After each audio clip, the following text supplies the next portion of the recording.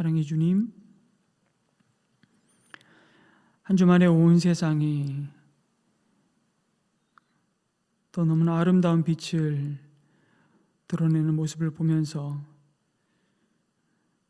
그 존귀하시고 영광스러운 하나님이 내 안에 계심에도 우리는 그 세상에서 찾아볼 수 없는 그 영광의 빛을 드러내지 못하는 삶을 살고 있습니다.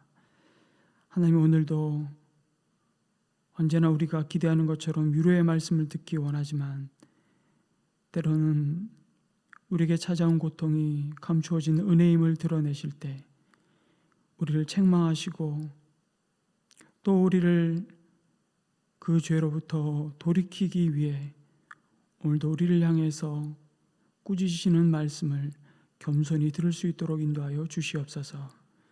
이 시간도 우리의 굳은 마음을 제하셔서 하나님의 생명의 말씀이 우리의 마음밭에 잘 심기어지고 뿌리내려 하나님이 약속하신 그 복되고 영광스러운 삶을 이 땅에서 더 풍성히 누리는 저희들이 될 수 있도록 인도하여 주시옵소서.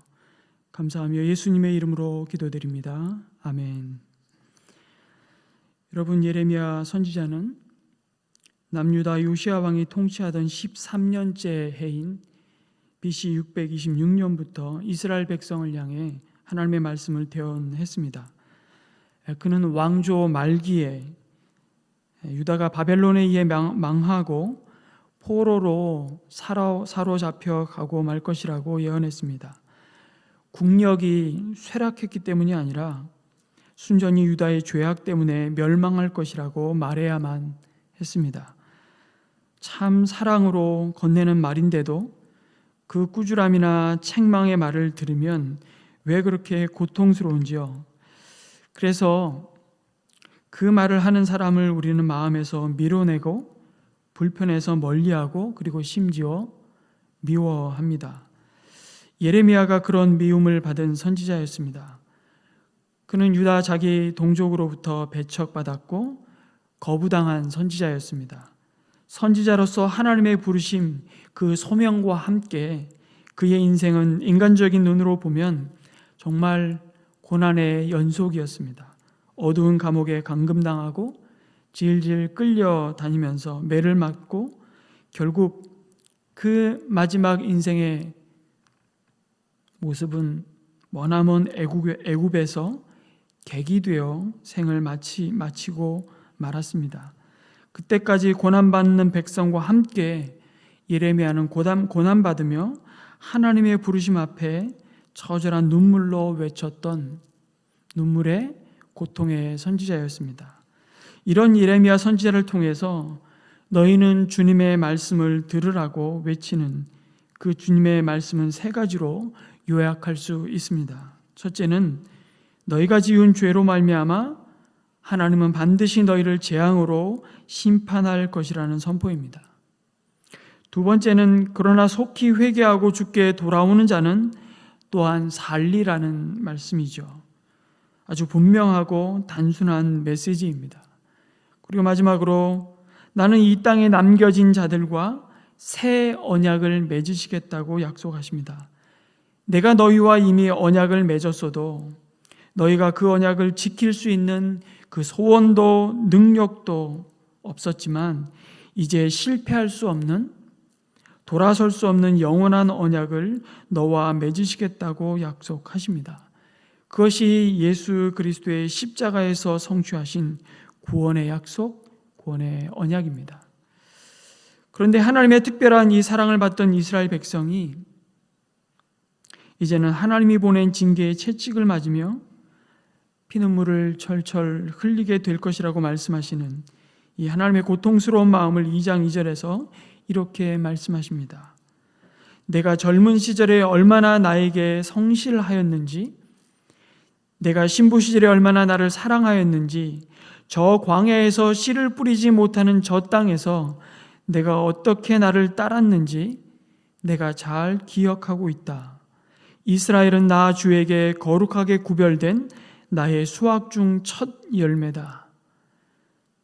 누구든지 그것을 가져다 먹으면 벌을 받고 재앙을 만났다. 나 주의 말이다.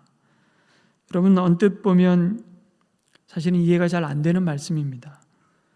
왜냐하면 이스라엘 백성이 출애굽해서 여러분 광야에서의 행적을 떠올릴 때마다 여러분 어떤 생각이 드십니까? 그들은 항상 그 광야에서 원망하고 불평하면서 차라리 애굽에서의 세월이 좋았다고 한탄하는 모습입니다. 그들을 구원하신 하나님을 불신하는 모습 아니었습니까? 그렇게 광야에서 40년을 뺑뺑이를 돌다가 결국 출애굽 1세대는 전부 광야에서 죽음을 맞이했습니다. 그런데 지금 하나님은 그 광야에서 행했던 너희의 모습이 나 하나님을 따르며 성실함과 사랑으로 행한 때라고 회상하십니다. 이게 무슨 말입니까? 쉽게 말해서 너희와 나의 관계가 차라리 그때가 나았다는 것입니다. 여전히 그때도 너희의 불신앙과 죄와 허물로 하나님은 아파하셨습니다. 그러나 그 아무것도 할 수 없고 스스로 생존할 수 없었던 그 광야에서 오히려 너희들은 나를 찾았다는 것이죠. 나에게 부르짖어 기도했고 그 광야에서 나를 의지했고 나의 은혜로 사는 자들임을 경험했다는 겁니다. 그래서 메마른 광야의 반석에서 너희는 물을 마셨고 하늘의 만나와 메추라기로 먹이시는 하나님의 공급을 의지했다는 겁니다. 그것은 천하의 어느 민족도 누려보지 못한 의의 경험이었습니다. 생명의 하나님을 눈으로, 입으로, 손으로, 온몸으로 경험한 유일무이한 민족이었습니다. 다시 말해 너희들이 어리석어서 종종 나의 말을 거역하고 불순종하기는 했지만 마치 신혼 때 여러분들 서로 좋아 죽고는 못 살지만 그러나 또한 너무나도 다른 서로를 알아가기 위해 정말 많이 티격태격 싸우면서 서로의 관계가 사랑으로 더 견고해지는 것과 같은 그런 신혼의 세월이었다는 것입니다. 그래서 하나님은 이스라엘을 하나님이 수확하신 첫 열매라고 말씀하십니다. 그것은 나에게 구별되어 거룩하게 드려진 제물이었다는 것이죠. 하나님의 소유되었다는 것입니다. 그러면서 그 열매를, 그 하나님의 소유를 가져다가 먹거나 훼손하는 자들에게 재앙을 내리셨다고 말씀합니다. 여러분, 광야에서 이스라엘 백성은 그야말로 외부의 적으로부터 그들을 지킬 힘이 하나도 없었던 오합지졸의 사람들이었습니다. 400여 년을 노예로 살던 사람들이었습니다. 자신의 몸 하나 건사하기도 버거운 상황이었습니다. 그런데 그때야말로 전능하신 하나님이 그들을 눈에 눈동자같이 보호하시고 그들을 먹이셨다고 말씀하는 겁니다. 그랬던 그들이 이제 풍요로운 가나안 땅에 들어와서 오히려 하나님을 멀리 떠나서 헛된 우상을 쫓았다고 말씀합니다. 여기 헛되다라는 말은 바람을 잡는다, 무익하다, 아무런 도움이 되지 않는다. 그런데 그것을 의지하는 그들의 어리석음을 이렇게 말씀하고 있는 거죠. 그들을 광야에서 기름진 땅으로 인도하시는 분은 하나님이셨지만 정작 이스라엘은 그 기름진 땅에서 더 이상 하나님을 찾지 않았습니다. 그래서 아무것도 없었던 광야에서 너희들에게 손을 대고 괴롭혔던 자들에게 재앙을 내렸었던 나 하나님이 이제 너희에게 재앙을 내리기 위해 그 대적들을 보내야 하는 이 지경에까지 이르게 되었다고 말씀합니다. 여러분, 그래서 때때로 광야가 은혜의 자리입니다. 바로 그곳에서 우리는 앞뒤 좌우를 봐도 생명의 흔적이라고는 찾을 수 없고 기대할 수 없는 바로 그 죽음의 땅에서 우리는 하나님만 바라보며 하나님께 엎드리기 때문입니다. 그 광야에서 우리는 묻습니다. 하나님, 도대체 어디에 계십니까? 하나님이 나의 고통과 목마름과 눈물을 알기는 하시는 겁니까? 보기는 하시는 겁니까? 살아계신 하나님을 의심하다가도 마음을 고추세우고 다시 우리는 겸손하게 하나님, 우리를 불쌍히 여겨 주옵소서라고 부르짖게 하시는 그곳이 바로 광야입니다. 그곳이 차라리 우리에게 축복의 땅이라고 말씀하십니다. 그런데 오히려 가나안의 풍요로움으로 인해 너희의 마음이 나에게서 멀어졌을 뿐만 아니라 이제는 아예 하나님이 어디에 계십니까? 라고 나에게 뭐 한다고요? 묻지도 않는구나 라고 말씀하십니다. 너희들이 나를 안중에도 두지 않는구나. 쉬운 말로 개무시하는구나 이 말입니다. 이제는 나 스스로의 힘으로도 살만하다는 것입니다. 하나님이 어느 민족과도 비교할 수 없는 사랑으로, 인간적인 얘기로 하자면 그들을 편애하셨음에도 가나안의 풍요로움 속에서 그들은 눈에 보이지 않는 하나님을 눈에 보이고 손으로 만져지는 우상으로 급속하게 바꾸어 버렸습니다. 바꿔치기 한 거죠. 왜요? 그것이 더 멋있어 보이고요, 더 편하고 더 세련돼 보이기 때문입니다. 더 중요한 이유는 우상은 내가 마음먹은 대로 조종할 수 있기 때문입니다. 유진 피터슨 목사님은 인류의 오래된 온고집 중에 하나가 하나님을 길들이고 자신의 입맛에 맞게 조절하려는 시도라고 말했습니다. 다 그 모습입니다. 결국 이스라엘 백성이 하나님을 모르고 급속하게 우상에게 마음을 빼앗긴 것이라기보다는 그들 스스로가 하나님과 같이 되고자 하는 교만의 길을 갔음을 보여주는 것입니다. 이제 살만하고 굳이 하나님이 없어도 인생이 풀려갈 것 같은 겁니다. 그게 가나안 땅이 낸 소산의 힘이었습니다. 여러분, 모세는요 가나안 땅에 들어가지 못했습니다. 그런데 가나안 땅을 멀리 높은 느보산에서 바라보며 모압 평지에서 이렇게 말했습니다. 이제 곧 가나안 땅으로 들어갈 출애굽 2세대를 향해서 신명기에서 이미 경고했습니다. 신명기 8장 17절 말씀입니다. 같이 한번 읽어볼까요? 시작. 당신들이 마음속으로 이 재물은 내 능력과 내 손의 힘으로 모은 것이라고 생각할 것 같아서 걱정이 됩니다. 없던 창고를 만들고 창고가 곡식으로 채워지고, 그런데 가만히 주변을 보니까 주변 민족들은 이미 그 풍족함을 하나님 없이도 누려온 것처럼 보이는 겁니다. 비교하기 시작하는 겁니다.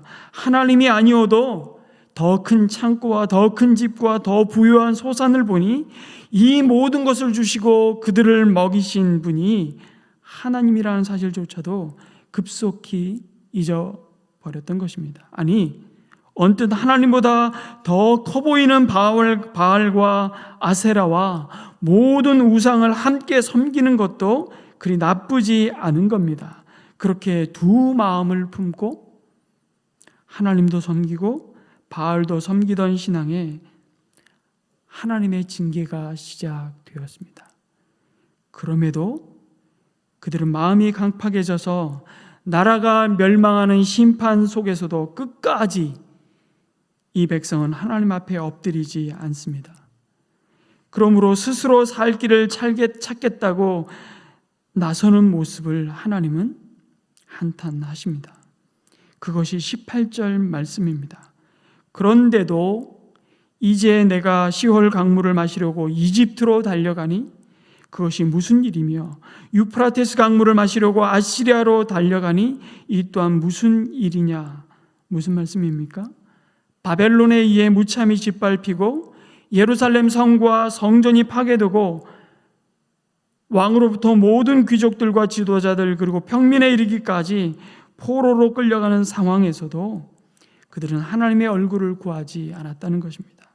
더 힘이 써 보이는 더 큰 의지할 대상을 찾았다는 것입니다. 바로 이 모습이 하나님을 외면하고 모든 인생이 걸어가는 어리석은 길입니다. 다시 더 큰 제국을 찾아 가는 겁니다. 그들이 우리의 피난처와 도움이 될 것이라고 착각하면서 말입니다. 그러나 하나님을 외면하고 등 돌린 그들은 그들이 의지한 대상들로부터 수치를 당할 것이라고 말씀하십니다. 그러면서 37절에 하나님이 이렇게 말씀하시죠. 내가 의지하는 것들을 나 주가 버렸으니 그들이 너를 도와주어도 내가 형통하지 못할 것이다 라고 말씀하십니다. 그래서 예레미야는 한마디로 이러한 이스라엘의 죄악이 두 가지라고 비유로 말씀합니다. 2장 13절에서 첫째는 생수의 근원이 되시는 하나님을 떠난 것이고, 두 번째는 물이 새는 웅덩이를 파고 그것을 자신의 샘으로 삼은 것이라고 말씀합니다. 다시 말해 하나님을 우상으로 바꿔치기 한 것이라고 말씀하시죠. 우상에 대한 묵상은 다음 주에 한 번 더 해보려고 하는데요. 여러분, 이스라엘 백성을 통해서 우리에게 가르치시는 것이 무엇입니까? 모든 인생은 스스로 자립해서 살도록 지어진 존재가 아니란 사실입니다. 우리는 의존자로 창조되었습니다. 그러나 우리는 의존하기를 싫어하죠. 왜 그렇습니까? 그것은 인간의 타락에서 빚어진 결과이기 때문입니다. 그래서 타락한 인간은 아주 매혹적인 두 가지 거짓말을 자꾸 믿으려는 경향이 있습니다. 그 중에 하나가 내가 나의 인생을 내가 원하는 방식대로 이끌어갈 마땅한 권리가 있는 아주 독립적인 인간이라고 믿게 만드는 거짓말입니다. 또 하나는 그런 독립적인 자립적인 존재가 되는데 필요한 것들을 내가 해야 할 일들을 위해 필요한 모든 것을 내 안에 이미 가지고 있다는 거짓말을 자꾸 믿는 겁니다. 이 거짓말은 어디서부터 시작되었을까요? 네, 에덴 동산에서 인간을 속여 불순종하게 만든 그 운명의 날에 사단의 혀끝에서 남았던 거짓말입니다. 그리고 우리는 여전히 하나님이 아닌 우리 자신을 위해 살고 싶어 하기 때문에 일상의 삶에서 그 거짓말에 쉽게 우리는 유혹을 당합니다. 그래서 우리는 하나님이 정해놓으신 한계예요. 그 울타리를 잡고 넘어서죠. 그것이 바로 생수의 근원인 나를 버리는 죄라고 말씀하십니다. 여러분, 하나님은 우리의 모든 필요를 아셨습니다. 그 모든 것을 은혜로 공급하셨습니다. 그러나 죄는 그것을 은혜라고 생각하지 않습니다. 그게 이스라엘 백성이 가나안 땅에 들어가서 돌아선 그들의 마음이었습니다. 하나님의 보호하심과 공급하심을 잊어버렸고 의심합니다. 심지어 하나님을 떠나서 스스로의 삶을 책임지고 홀로 살 수 없다는 사실조차 인정하지 않습니다. 뿐만 아니라 그 말을 듣는 곳조차 싫어합니다. 이것이 전적으로 타락한 모든 인생이 가는 길입니다. 그러나 더욱 큰 문제가 있습니다. 예레미야의 이 선포에 대한 유다 백성들의 반응입니다. 23절의 말씀해 보니까 그들이 이렇게 말한다는 것입니다. 내가 스스로 몸을 더럽히지 않았고 바알 신들을 따라가지도 않았다고 말합니다. 그 반응에 예레미야는 감히 너희들이 그렇게 말할 수 있느냐고 반문합니다. 그러면서 내가 골짜기에서 한 일을 생각해 보아라. 내가 무엇을 했는지 깨달아라. 그렇게 촉구하십니다. 그것은 몰렉이라는 우상에게 인신제사를 바치던 하나님이 가장 혐오하시는 일을 그들이 행했음에도 동시에 그들은 하나님을 제사하는 종교 생활을 포기하지 않았기 때문에 하나님을 배반한 것이 아니라는 그런 생각과 태도를 지금 갖고 있는 겁니다. 여전히 우리는 하나님을 믿는다고 말합니다. 그러나 예레미야는 그들의 입술의 고백이 아니라 그들이 일상에서 걸어간 길, 그들이 행한 바가 그들의 신앙을 보여주는 것이라고 말합니다. 그러면서 34절에서는 이렇게 말씀하죠. 너의 치맛자락에는 가난한 사람들의 죄 없는 피가 묻어 있다라고 말씀하십니다.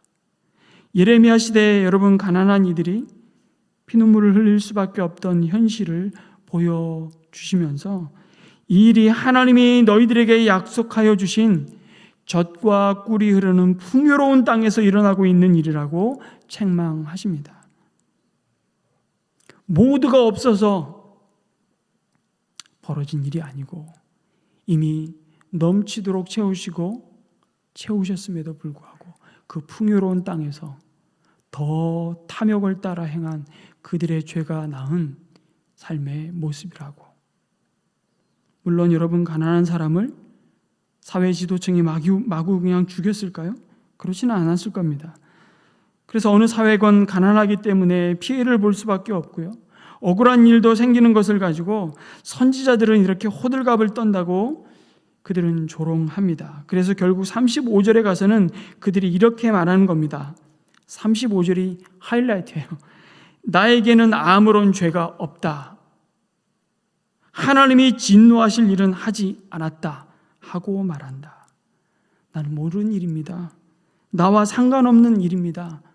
하늘 청문회 앞에서 그들은 아주 뻔뻔하게 자신의 죄를 모르쇠로 일관합니다. 그러나 아브라함 헤셜이라는 학자는요, 이런 표현을 썼습니다. 이 본문을 묵상하면서 이 본문을 그냥 인용하면, 가난한 사람의 눈물 한 방울의 무게 때문에, 가난한 사람의 눈물 고통 그 한 방울의 무게 때문에 어쩔 줄을 몰라 하고 마치 사회 전체가 다 썩은 것처럼 호들갑을 떨고 난리를 피우는 사람, 그가 바로 선지자다 라고 말했습니다. 바로 그 사람이 하나님의 사랑을 덧입고 그 사랑으로 내 옆에 둔 그 한 사람을 향해 공의와 정의로 대하는 사람들, 곧 이 땅의 교회라고 말씀하시는 겁니다. 그래서 여러분, 그리스도인은 엄청난 돈벌이가 되어도 할 수 없는 일이 있습니다. 아니, 해서는 안 되는 일이 있습니다. 그래서 그리스도인은 세상의 모든 사람이 이 길로 가면 수지 맞아, 성공해. 세상 모든 사람들이 걸어간다고 할지라도 갈 수 없는 길이 있습니다. 아니, 가서는 안 되는 길이 있습니다. 여러분 기억하시죠? 작년 4월 헌법재판소의 낙태죄 헌법 불합치 결정 이후에 올해 연말까지 낙태법 개정을 마쳐야 하는데요. 최근 정부가 낙태 관련 개정 법안을 입법 예고했습니다. 사진 한 장을 좀 보게 했습니다. 이 낙태법 개정안을 반대 시위하는 마라톤 복지단의 상임이사로 섬기시는 우리 이현주 목사님하고, 첫째 딸도 장애의 자녀를 하나님께서 주셨는데 셋째 유상이 다운 증후군으로 하나님 이 가정에 보내셨는데, 이현주 목사님이 공개적으로 고백하시고 은혜 나누셨기 때문에 낙태하려고 하셨다 그러더라고요. 근데 목사님이나 아버님이 낳기만 해라, 내가 너 자녀 내가 키울게. 하나님께서 아주 강하게 고통스럽게 책망하시는 말씀을 듣고 회개하고 그 과정에서 낳은 자녀예요. 유상이와 함께 이 낙태법 개정안의 반대 시위를 지금 과천 정부 총사 앞에서 지금 하고 있는 사진을 저에게 보내주셨더라고요. 그러면서 함께 기도해 달라고. 그리고 우리 많은 성도님들이 아마 이 기도 부탁과 함께 지금 프로라이프 운동을 하시는, 우리 생명 살리기 운동을 하시는 분들의 기도 제목을 아마 받으셨을 겁니다. 정부가 입법 예고한 법안을 보면 여러분 14주까지는 묻지마 낙태가 허용이 됩니다. 15주부터 24주까지는 상담 사실만 확인받으면 언제든지 낙태가 가능한 것으로 되어 있습니다. 아울러 미성년자 혼자라도 낙태가 가능하고요, 먹는 낙태약도 약국에서 판매가 되어서 혼자서 낙태할 수 있게 만들었습니다. 말하자면 완전히 낙태가 전면 허용되는 셈입니다. 이러한 조치가 태아의 생명은 말할 것도 없고 결국은 여성의 인권을 위해 이 법안을 처리한다고 하지만 여성의 건강과 청소년들의 건강을 악화시킬 것이 분명해 보입니다. 이 사회는 더 심각한 생명 경시 풍조에 휘둘리고 말 것입니다.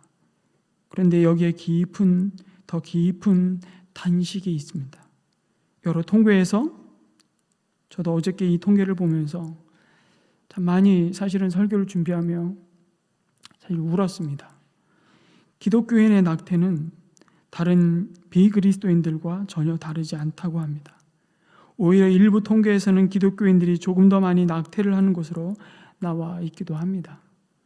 매일 3,000명이 낙태되고 그 중에 기독교인 500명이 매일 낙태를 하는 것이 우리의 모습이라고. 예수님은 크리스마스에 이 땅에 오신 것이 아니라 그보다 9개월 전 작은 배아로 깜깜한 마리아 태중에 오셔서 긴 세월을 태아로서의 삶을 사셨습니다. 이는 태아가 얼마나 소중한 생명인지 우리 모두에게 극명하게 보여주심이 아닌가 생각합니다. 지극히 작은 자에게 한 것이 곧 내게 한 것이라는 주님의 말씀은 스스로 자신을 지킬 수 없는 연약한 자를 우리가 더 관심을 가지고 돌보아야 함을 가르쳐 주는 것이라 믿습니다. 이 땅의 인간 생명 중에 가장 나약한 생명, 그것은 엄마와 주위의 도움 없이는 생존할 수 없는 뱃속의 태아일 것입니다. 어쩌면 예수님은 오늘도 작은 예수로 태아의 모습으로 우리를 찾아오십니다. 그럼에도 우리는 매년 110만 명의 예수를 십자가에 못 박듯 갈기갈기 찢어 살해하고 있는지도 모르겠습니다. 이것이 이스라엘 백성이 예루살렘 성전에서 하나님께 제사를 드리면서도 동시에 흰놈 골짜기에서 몰렉의 신에게 인신제사를 드렸던 것과 다를 바가 무엇이냐고 말씀하시는 것입니다. 자신의 만족과 유익을 위해 하나님이 이 땅에 보내신 생명을 거부하는 어리석은 죄를 이 합법화하는 것을 보면서 하나님은 탄식하신다고 말씀하십니다. 예레미야 2장 31절은 이렇게 말씀하십니다. 이 세대의 사람들아, 너희는 그래도 나 주의 말을 명심하여 들어라. 내가 이스라엘 백성에게 막막한 광야가 되었느냐? 어둡고 캄캄한 땅이 되었느냐? 어찌하여 나의 백성이 우리가 자유롭게 돌아다니게 되었으니 다시는 주께로 돌아가지 않겠다 하고 말하느냐? 예수님을 내어주시고 자신의 생명으로 우리를 살리신 하나님이 너무 슬퍼하신다고 말씀하십니다. 여러분, 이 죄의 싸움은 우선적으로 그래서 육체의 싸움이 아닙니다. 죄의 싸움이 벌어지는 전쟁터는 우리의 마음입니다. 일상생활의 모든 관계와 그 상황 속에서 생각과 욕망의 싸움이 늘 벌어집니다. 성령의 소욕과 육신의 소욕이 서로 다툽니다.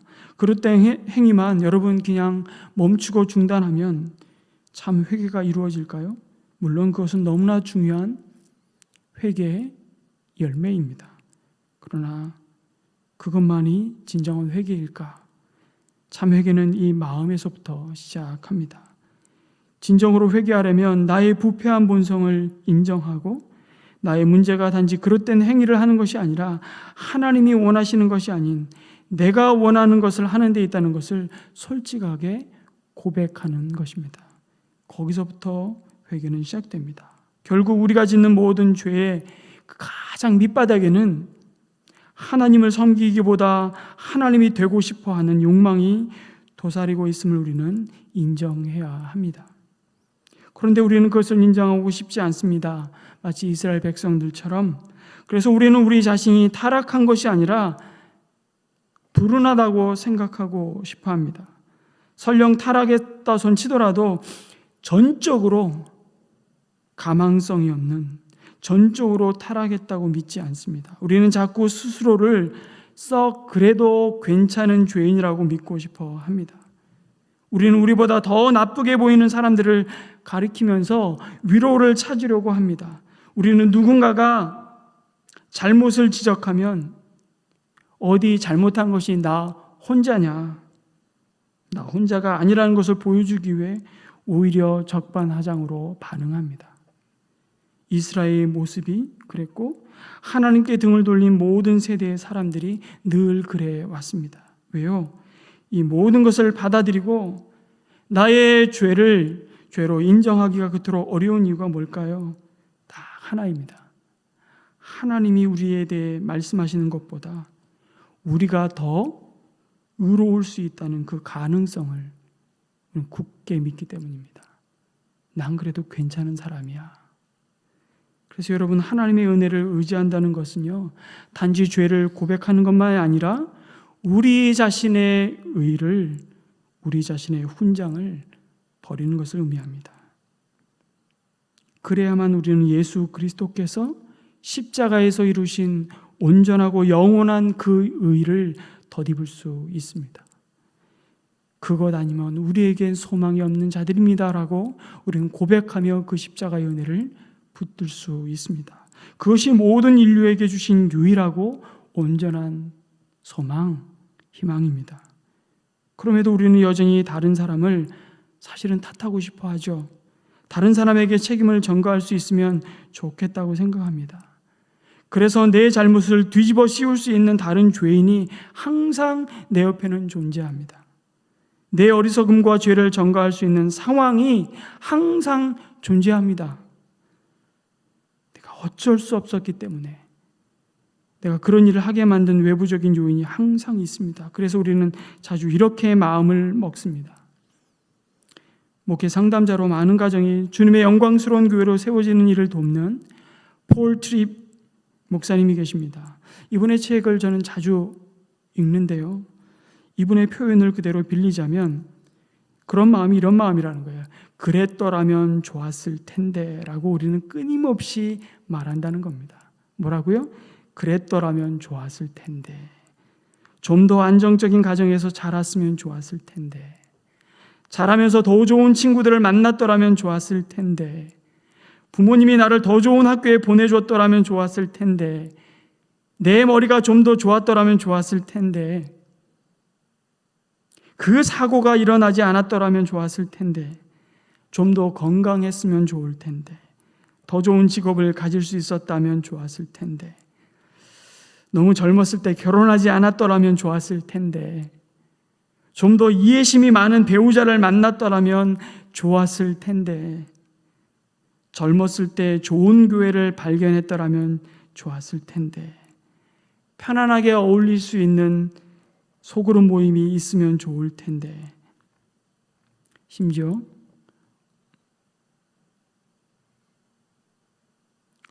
우리는 가장 하나님과의 관계에서 고생하는 그 자리에 서서도 우리는 이렇게 말합니다.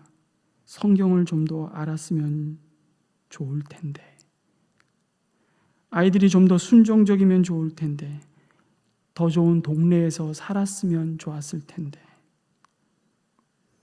하나님이 더 가깝게 느껴지면 좋을 텐데, 겨우 생계를 이어가기 위해 이렇게 힘들게 일하지 않았으면 좋았을 텐데. 그러나 여러분, 그랬더라면 좋았을 텐데라는 이 삶의 태도를 지니고 살면요, 우리 기분은 잠시 그 생각을 하고 있는 동안 잠시 시름을 잊어버릴지는 모르겠습니다. 그러나 우리 삶에서 겪는 가장 큰 문제는 내 안이 아닌 나의 밖에 있다고 생각하는 어리석음이겠죠. 그 억울함과 분노가 해결되지 않습니다. 우리의 가장 큰 문제가 외부에서 일어난 일이라 우리에게 가해진 일이 아니라는 사실을 인정할 때만 비로소 우리는 예수 그리스도의 구원의 은혜를 기꺼이 받아들일 수 있습니다. 그래야만 우리는 우리 스스로의 문제를 해결해 줄 만한 가능성을 찾아서 더 이상 헤매지 않을 것입니다. 왜요?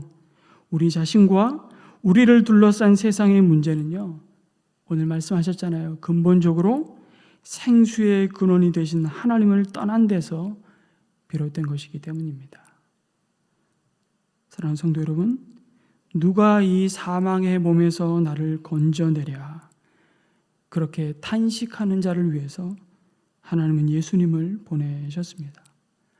죄와 허물로 죽었던 우리, 일말의 소생 가능성도 없었던 우리는 용서받을 수 있도록 기꺼이 우리의 형벌을 대신 짊어지신 그 예수님이 필요합니다.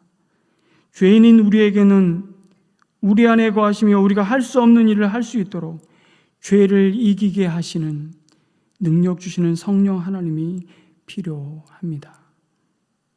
삼위 하나님께서는 오늘도 물이 새는 웅덩이를 자신의 샘 삼고 의지하며 살아가는 어리석은 인생을 향해 말씀하십니다. 너희는 주님의 말씀을 들어라. 영원히 목마르지 않는 생수의 근원인 나에게로 돌아오지 않겠니? 이렇게 말씀하십니다. 이렇게 말씀하시는 그 하나님께 우리의 마음을 열고 우리의 믿음을 찬양으로 올려드렸으면 좋겠습니다. 우리의 자리에서 일어나셔서 함께 찬양하겠습니다.